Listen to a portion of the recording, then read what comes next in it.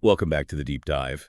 This is where we take your sources, the articles, notes, all the research you send in, and we really get into something complex, often difficult but important. Mm-hmm. Today, we're looking at a case from West German legal history. It's a tough one, but significant. We're using the material you provided to explore the life, the crimes, the legal case, and the really quite tragic death of Jürgen Bartsch. Yeah, we've got a good set of materials from you on this, and our goal really is to pull out the key details and understand why this case stands out, particularly, as you said, in German jurisdiction. It's disturbing stuff, no doubt about it. Definitely. But looking at these kinds of cases is, well, it's crucial for understanding how law, psychology, and society kind of intersect and evolve. Exactly. And one thing that jumps right out from the sources, something fascinating, is this. The Bartsch case was apparently the very first time in German legal history that psychosocial factors were explicitly considered. Right. The impact of his background, his upbringing on the actual sentence he received. That's huge, isn't it? It really is a landmark moment because cases like this, as grim as they are, they often force the legal system to ask some very hard questions.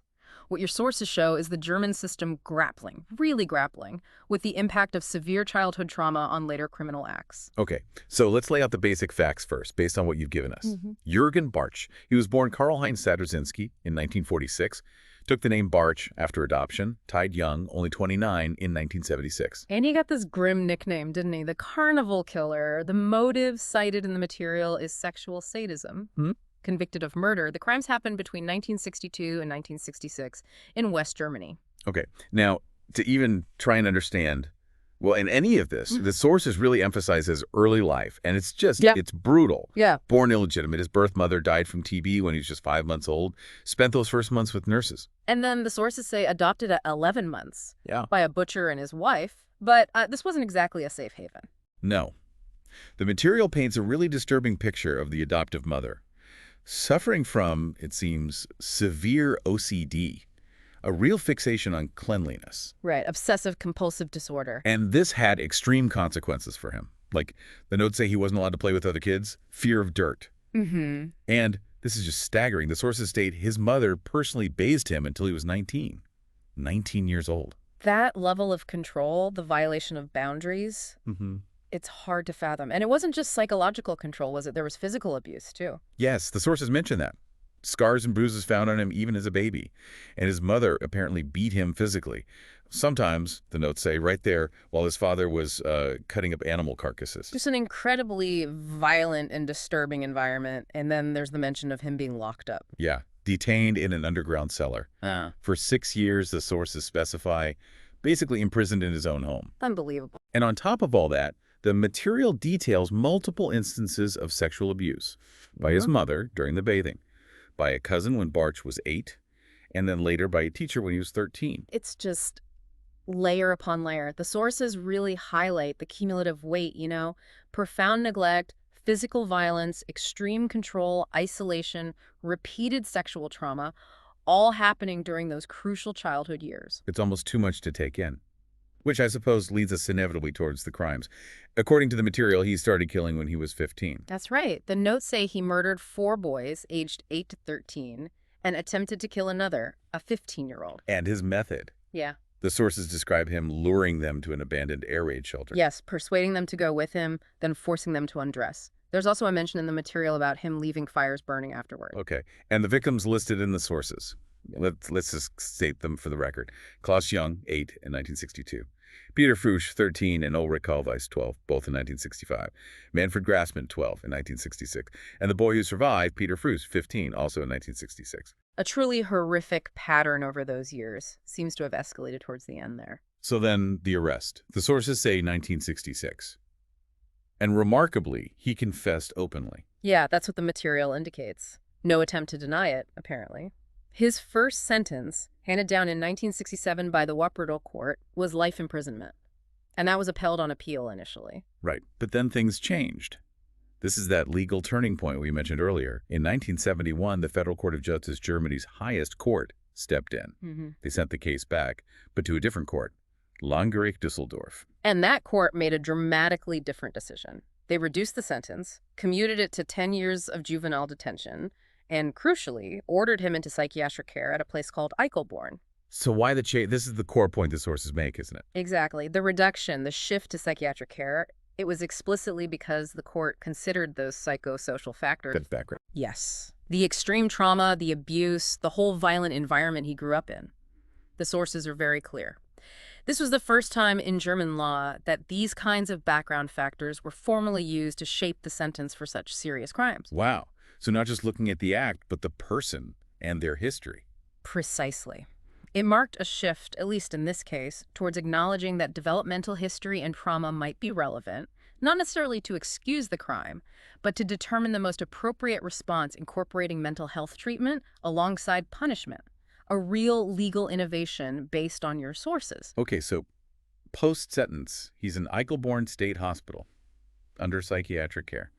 What did the sources say about his time there? Well, the psychiatrists were considering different approaches. The material mentions psychotherapy, castration, even psychosurgery was apparently on the table as a concept. And during this time, he got married. Yes, that's noted in the sources, too. He married Gisela Dyke on January 2nd, 1974, while he was incarcerated. And the surgery options. Castration was one. Did he agree to that? Initially, the sources say he refused surgery, but then, yes, he did eventually agree to voluntary castration. That was on April 28, 1976. So about 10 years after his arrest, 2 years after getting married.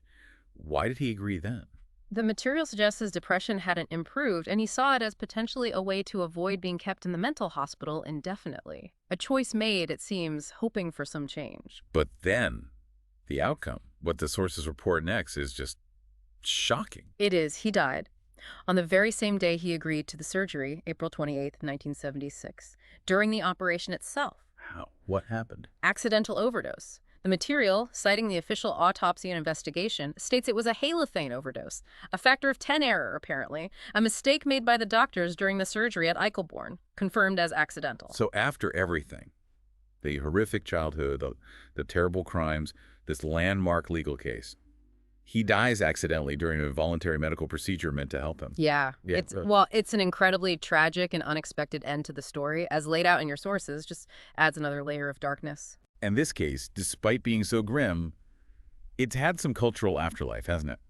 The sources mention a few things. They do. There's a 2002 German film, Ein Leben lang kurze Hosen tragen, translates roughly as wearing short pants all your life, but released in the U.S. as The Child I Never Was, depicts his life and crimes. Right, and he's mentioned in a novel. Yes, by Elfriede Jelinek, Nobel laureate. Die Kinder der Toten, The Children of the Dead. The sources note it specifically refers to his ability to dismember victims. Grim detail. And even music. Surprisingly, yes. The German metal band Bethlehem, they dedicated an album, Hexacosio Sexicante Hexaphobia, to Bartsch, according to the material you provided. So it resonates in some quite varied, maybe unexpected cultural corners. It seems so. From serious film and literature to, extreme metal. Shows how these stories can echo, doesn't it? Okay, so let's try and pull this together. We followed the arc described in your sources, from an absolutely devastating childhood filled with abuse and isolation. Through the commission of truly horrific crimes, to this unprecedented legal decision in Germany, where psychosocial factors were explicitly brought into sentencing for the first time. Yeah, that key moment. And finally ending with this sudden accidental death during a medical procedure. It's a narrative that really forces you to confront the potential long-term fallout of severe childhood trauma. And it raises some huge questions, doesn't it, about psychology, about failures in care, and about how the legal system tries to respond to violence, how it evolves. Definitely. So, as a final thought for you, the listener, to take away from this deep dive into the sources you gave us, when you consider everything laid out here, the sheer extremity of the early abuse, the terrible nature of the crimes, and then the legal system's unique response, explicitly using that background to shape the sentence for the first time in Germany. What does the story of Jürgen Bartsch make you think about? About that tangled, complex link between childhood trauma, adult actions, and what we're actually trying to achieve with justice and maybe rehabilitation. Something to really mull over.